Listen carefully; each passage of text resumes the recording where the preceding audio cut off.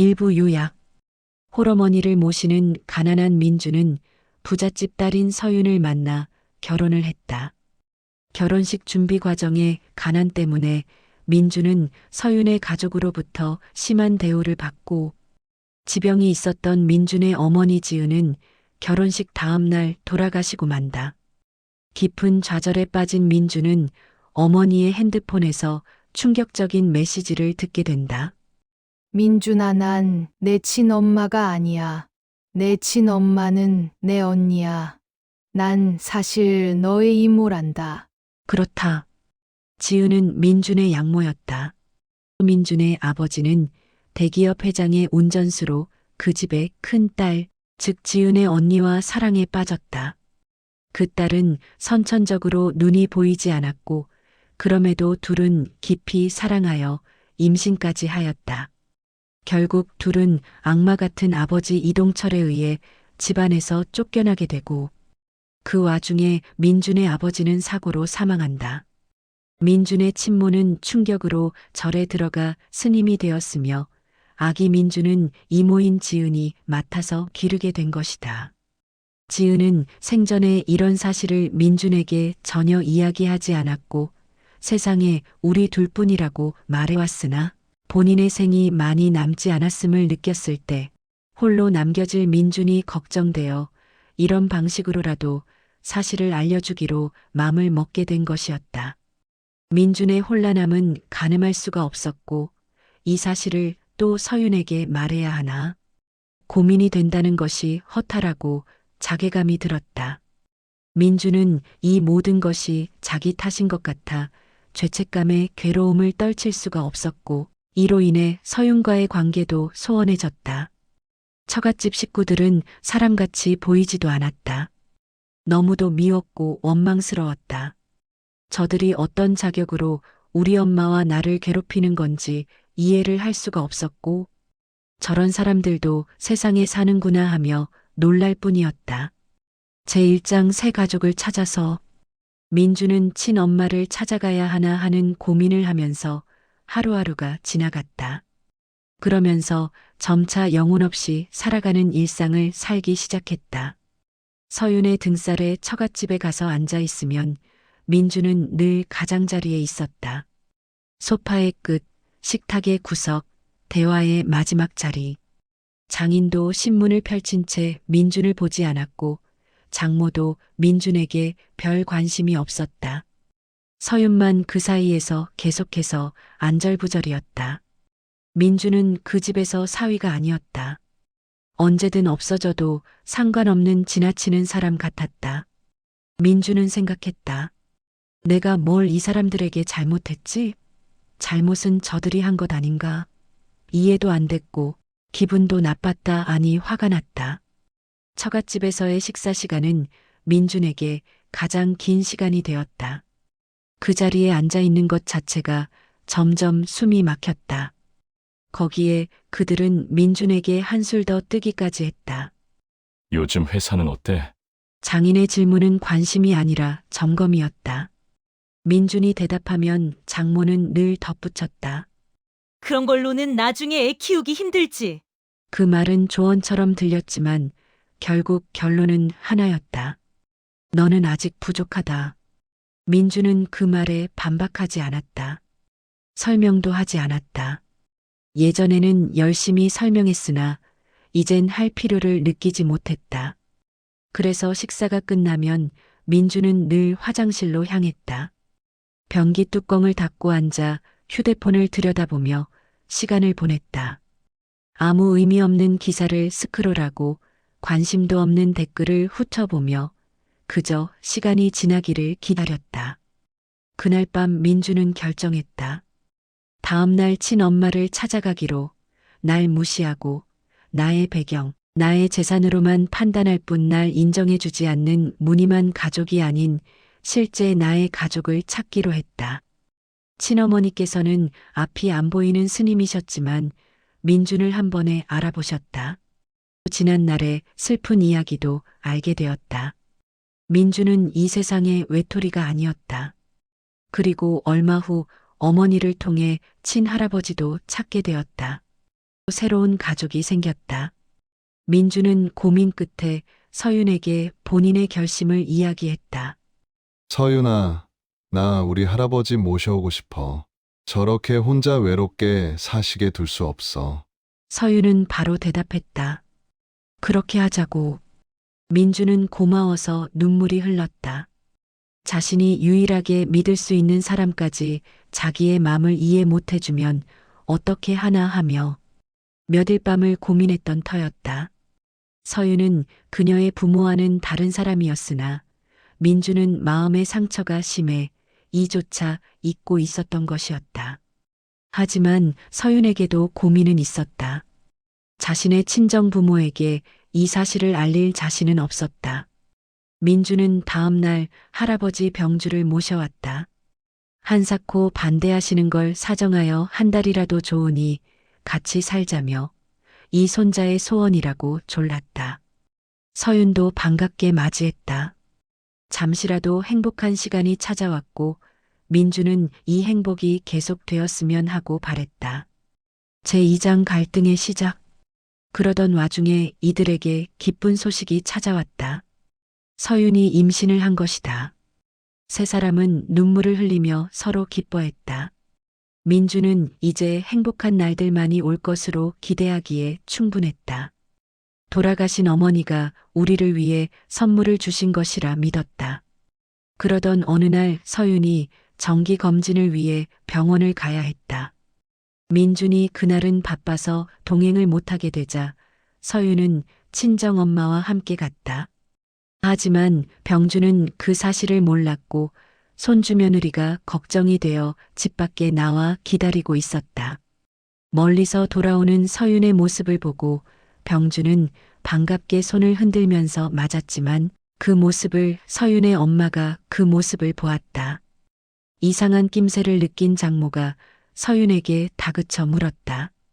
얘 저 노인네가 왜 너한테 손을 흔드니? 아는 사람이니? 서윤은 순간 놀라 아무 말도 하지 못했다. 이때부터 이 세 식구의 짧은 행복은 다시 끝이 나고 말았다. 사정을 다 알게 된 장모와 장인은 집에 찾아와 그야말로 난리를 부리기 시작했다.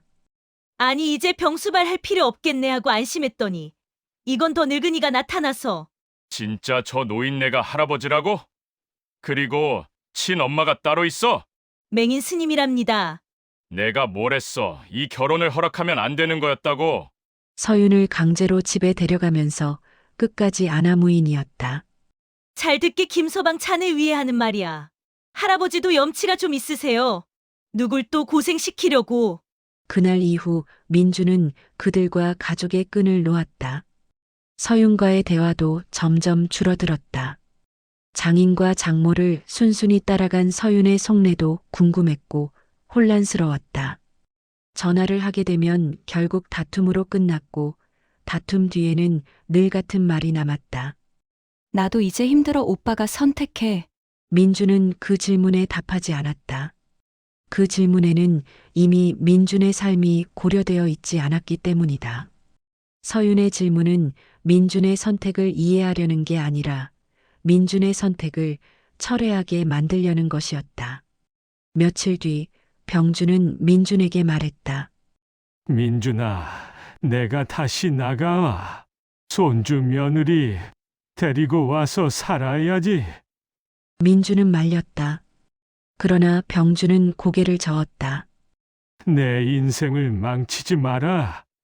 이 할애비는 이제 살 날도 얼마 남지 않았지 않니? 그 말은 민준에게 가장 깊은 상처가 되었다. 병주는 자신을 위해 민준의 삶이 무너지는 걸 원하지 않았다. 하지만 민준에게 병주는 삶을 무너뜨리는 존재가 아니었다. 오히려 삶을 지탱하게 해주는 유일한 존재였다. 엄마를 보내고 할아버지까지 똑같이 보낼 수는 없었다. 민주는 병주의 손을 잡았다. 병주의 손은 거칠고 차가웠다. 민주는 그 손을 오래 잡고 있었다. 말은 하지 않았지만 그 시간이 두 사람 모두에게 위로가 되었다. 그렇게 민주는 아내도 가족도 그리고 할아버지도 한 번에 잃고 다시 혼자가 되었다. 빈 집, 빈 식탁, 빈 침대. 모든 것이 비어 있었지만 민주는 그 빈자리를 견뎌냈다. 서유는 돌아왔으나 민주는 또다시 외톨이가 된 느낌이었다. 똑같은 짓을 2번 저지른 자신이 혐오스러웠다. 그렇게 시간은 또 흘러갔다. 아들도 태어났다. 이제 민준에겐 서윤이 더 이상 사랑스럽지 않았다. 대화를 한 지 몇 달이 지났는지도 모를 정도였다. 아기와 서윤은 민준의 집보다 처갓집에서 더 많이 살았다. 그러다 언제부터인지 돌아오지 않았다. 민준도 할아버지와 친어머니도 찾아가지 않고 혼자 지내는 날이 많아지고 그렇게 홀로 자신의 삶을 피폐하게 만들고 있었다. 제3장 반전. 정혜숙. 민준의 외할머니. 민준의 양모인 지은과 친모인 혜안 스님의 어머니이자 이동그룹 이동철 회장의 부인이다. 정혜숙이 오랜 싸움 끝에 모든 것을 정리했다. 이동철의 악행은 그에게 인과응보의 결과를 주었고 정혜숙은 성공했고 모든 것을 제자리에 돌려놓았다. 이제 가족을 다시 살리는 일이 남았다. 정혜숙은 민준을 불러앉혔다. 민준은 외할머니의 존재도 몰랐다. 저 유명한 이동그룹과 악명 높은 이동철이 자신의 외할아버지였는지도 몰랐다. 하지만 그리 놀라지는 않았다. 이미 민준은 많은 일을 겪었고 인생에 별 목표도 없이 그저 살아갈 뿐이었기 때문이다. 처음 마주 앉은 두 사람 사이에는 침묵이 흘렀다. 정혜숙은 차를 따르며 천천히 말을 꺼냈다. 민준아, 이제부턴 내가 원하는 삶을 살아라. 그 말은 허락이 아니라 지지였다. 민주는 처음으로 정혜숙 앞에서 울었다. 오래 참아왔던 것들이 한 번에 쏟아져 나왔다. 정혜숙은 그 모습을 조용히 바라보며 민준의 등을 토닥였다. 민준에게 다시 기회가 주어졌다. 경제적인 여유가 생겼고 이번에는 누구에게도 묻지 않고 병주를 다시 모셔왔다. 병주는 처음엔 거절했지만 민준의 눈빛을 보고 더 이상 말하지 않았다. 두 사람의 삶은 화려하지 않았다. 같이 밥을 먹고 같이 뉴스를 보고 같이 잠자리에 드는 그런 일상이었다. 하지만 그 일상은 민준에게 처음으로 안정감을 주었다. 민준은 병주를 위해 아침 저녁으로 식사를 마련했고 병주는 민준을 위해 집을 청소하고 정리하고 마음으로 보살펴 주었다. 두 사람은 말이 많지 않았다. 하지만 침묵이 불편하지 않았다. 오히려 그 침묵이 두 사람을 더 가깝게 만들었다. 민주는 병주가 좋아하는 반찬을 배웠고 병주는 민준이 힘든 날을 알아차리고 위로해 주었다. 저녁이면 두 사람은 베란다에 나가 멀리 보이는 산을 바라보았다. 병주는 가끔 옛날 이야기를 꺼냈다. 민준의 아버지 영찬이 어렸을 때 이야기, 가족이 함께였던 시절 이야기. 민준은 그 이야기를 들으며 자신이 몰랐던 아버지의 얼굴을 조금씩 알아갔다. 민준은 그제야 알았다. 가족이란 서로를 설득하는 관계가 아니라 서로를 버리지 않는 관계라는 걸. 완벽하지 않아도 이해하지 못해도 그저 곁에 있어주는 것만으로 충분한 관계라는 걸. 그러던 어느 날 전화가 울렸다. 서윤이었다. 목소리는 울음이 섞여 알아듣기 힘들었고 말은 길었다. 사기, 빚 경매. 낯설지 않은 단어들이 차례로 흘러나왔다. 그리고 마지막에 우리 아기의 이름이 나왔다. 장인의 욕심은 끝이 없었다. 한 사기꾼에게 투자했다. 그 사기꾼은 큰 사업을 한다며 많은 사람들에게 투자를 받았고 장인도 그 말을 믿고 전 재산을 투자했다. 하지만 당연히 그 사기꾼은 사라졌고 투자한 돈은 모두 사라졌을 뿐만 아니라 보증으로 인한 빚더미에 올라앉게 되었다. 장인의 재산들은 모두 경매로 넘어갔고 장인은 빚쟁이를 피해 전국을 도망 다니기에 정신이 없었고 가족은 뿔뿔이 흩어졌다. 장모는 친척집을 전전하다 더 이상 갈 곳이 없었다. 서유는 좁은 원룸에서 아기와 함께 지내고 있었다. 그들은 도움을 요청했다. 아니, 애원했다. 일단 서윤과 아기부터 데려왔다. 그 다음부터는 고민이 깊어졌다. 서윤은 제발 자신의 부모님을 좀 도와달라고 부탁했다. 민준이 정혜숙을 만나 경제적으로 나아진 사실을 이미 들어 알았던 것이다. 민준은 한동안 말을 하지 않았다. 원망이 없었다면 거짓말일 것이다. 엄마는 왜 그렇게 살다가 가셔야 했는지, 할아버지는 왜 혼자였는지, 그리고 그 모든 상황에서 누가 가장 큰 목소리를 냈는지, 민주는 모두 기억하고 있었다. 그러나 민주는 판단이 서질 않았다. 그렇게 미웠던 사람들을 단숨에 용서하고 도와주기는 쉽지 않았다. 아니, 그러기 싫었다. 서윤이 애원했지만 이미 서윤도 미웠다.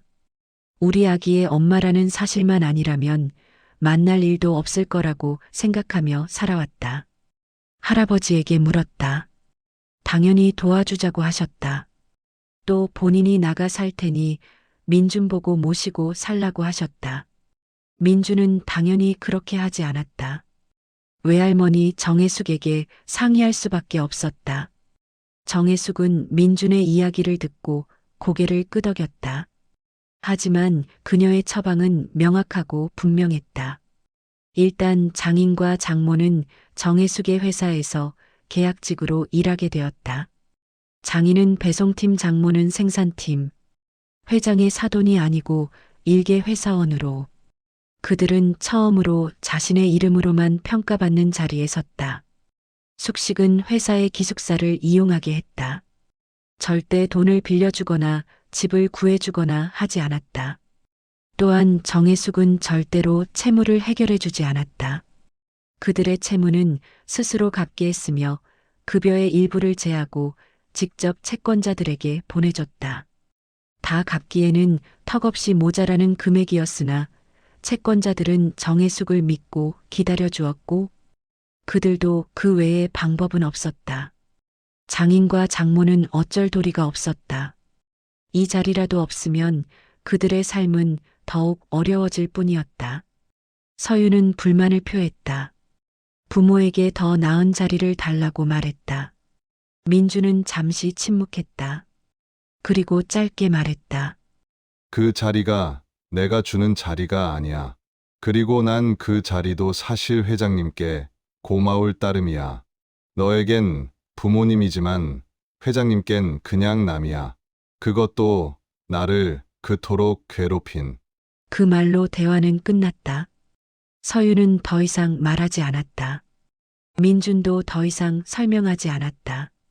두 사람 사이에는 더 이상 메울 수 없는 거리가 생겨 있었다. 몇 주가 지나자 장인과 장모는 정혜숙을 찾아갔다. 불만과 억울함을 쏟아냈다.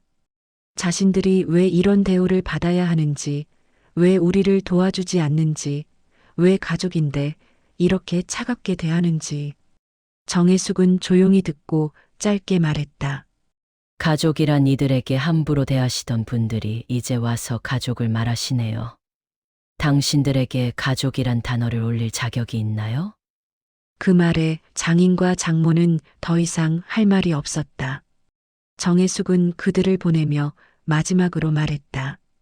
일을 성실히 하십시오. 그게 지금 할 수 있는 유일한 선택입니다. 제4장 복수란 무엇인가? 세월은 흘렀다. 민준과 병주의 일상은 여전히 조용했다. 그러나 민준의 마음 한켠에는 여전히 빈자리가 있었다. 그것은 미움이 아니었다. 그렇다고 그리움도 아니었다. 그저 완전히 닫히지 않은 문 같은 것이었다. 어느 가을날 민준은 회사 앞에서 낯익은 뒷모습을 보았다. 작업복을 입은 장모였다. 허리는 조금 더 굽어 있었고 걸음은 조금 더 느려져 있었다. 장모는 무거운 박스를 들고 창고로 향하고 있었다. 민주는 그 뒷모습을 한참 바라보았다. 다가가야 할지 그냥 지나쳐야 할지 알 수 없었다. 결국 민주는 그 자리를 떠났다. 그러나 그날 밤 민주는 잠을 이루지 못했다. 며칠 뒤 민주는 회사 식당에서 장인을 보았다. 장인은 운전복 차림으로 혼자 밥을 먹고 있었다. 예전처럼 신문을 펼치지도 않았고 누군가와 이야기를 나누지도 않았다. 그저 묵묵히 밥을 먹고 있을 뿐이었다. 민주는 멀리서 그 모습을 지켜보았다. 장인의 어깨는 예전보다 좁아져 있었고 머리는 더 휘어져 있었다. 민주는 그제야 깨달았다. 세월은 자신에게만 흐른 게 아니라 그들에게도 똑같이 흘렀다는 것을. 그해 겨울, 정혜숙은 민준을 불렀다. 정혜숙의 사무실에는 서류 한 뭉치가 놓여 있었다. 장인과 장모의 근무평가서였다. 정혜숙은 그 서류를 민준에게 건네며 말했다. 최근 3년 동안 단 한 번도 지각하지 않았어. 불평도 없었고. 민주는 서류를 천천히 넘겨보았다. 평가는 성실했고 기록은 깨끗했다. 그 속에서 민주는 예전의 그들과는 다른 무언가를 느꼈다. 만나보는 게 어때? 정혜숙의 말에 민주는 한참을 침묵했다. 만난다는 건 용서를 의미하는 걸까? 아니면 그저 마주 앉는다는 것뿐일까? 민주는 확신할 수 없었다. 하지만 민주는 고개를 끄덕였다. 더 이상 피할 수 없다는 걸 알았기 때문이다. 약속된 날 민주는 작은 찻집에 먼저 도착했다. 그들은 예전처럼 당당하지 않았다. 문 앞에서 한참을 망설이다가 조심스럽게 민준에게 다가왔다. 민준은 일어나 고개를 숙여 인사했다. 장인과 장모도 같은 동작으로 답했다. 자리에 앉은 뒤에도 한동안 아무도 말을 꺼내지 못했다. 장모는 손을 꼭 쥐고 있었고 장인은 창밖만 바라보고 있었다. 마침내 장인이 입을 열었다. 미안하다. 그 말은 짧았지만 무거웠다. 장인의 목소리는 떨리고 있었다. 우리가 너무 몰랐다. 이 입장이 되어보니 우리가 그동안 무슨 짓을 저질렀는지. 장모도 고개를 숙였다. 말은 없었다. 민주는 그들의 얼굴을 바라보았다. 그 얼굴에는 변명도 정당화도 없었다. 그저 후회만 가득했다. 민주는 천천히 말했다. 저도 원망했어요. 올해. 장인과 장모는 고개를 들지 못했다. 하지만 이제는 알아요. 그 원망을 붙잡고 있으면 제가 더 아프다는 걸. 민준의 목소리도 떨리기 시작했다. 그날 이후 민준과 장인, 장모는 가끔 만났다.